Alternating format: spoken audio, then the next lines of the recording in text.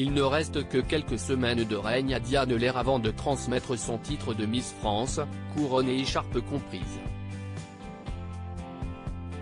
Le samedi 17 décembre prochain, 30 candidates défileront et s'exprimeront sur la scène de la salle de spectacle M.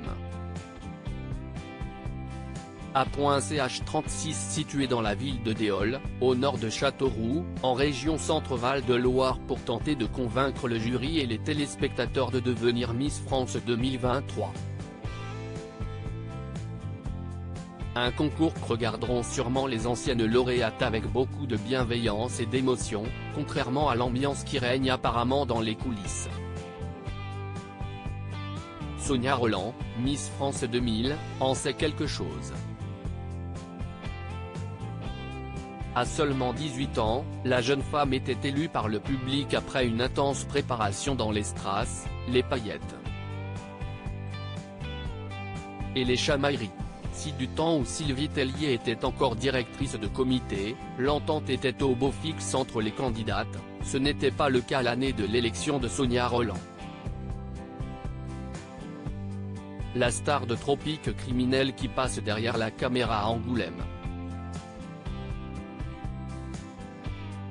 Celle qui fut Miss Bourgogne désire mettre en image l'année particulière qu'elle a traversée et les coulisses, si est-il un univers qui ressemble à la société a-t-elle confié à Charente Libre. Si en règle générale, la meilleure gagne, la plus manipulatrice et calculatrice peut aussi tirer son épingle du jeu. Sonia Rolland est catégorique, les coulisses de Miss France, on ne les connaît pas vraiment.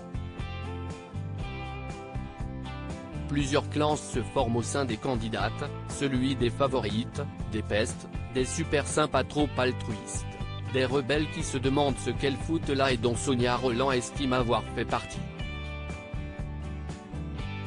Sa beauté, son élégance, sa classe et son attitude auront finalement fait pencher la balance, n'en déplaise aux autres concurrentes prêtes à tout pour la gagne. Le titre de Miss France 2000 officiellement obtenu, Sonia Rolland a déchanté. En cause, les critiques ignobles dont elle a fait l'objet et que sa propre maman redoutait plus que tout. Après l'élection, j'ai reçu 2700 lettres d'insultes et menaces de mort. Si elle ne cautionne pas les auteurs de ces propos, Sonia Rolland regrette le traitement qui leur était infligé à l'époque, les choses étaient finalement plus simples et plus claires.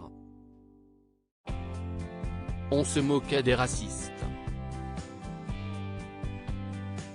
Ce n'est plus le cas aujourd'hui. Regrettable.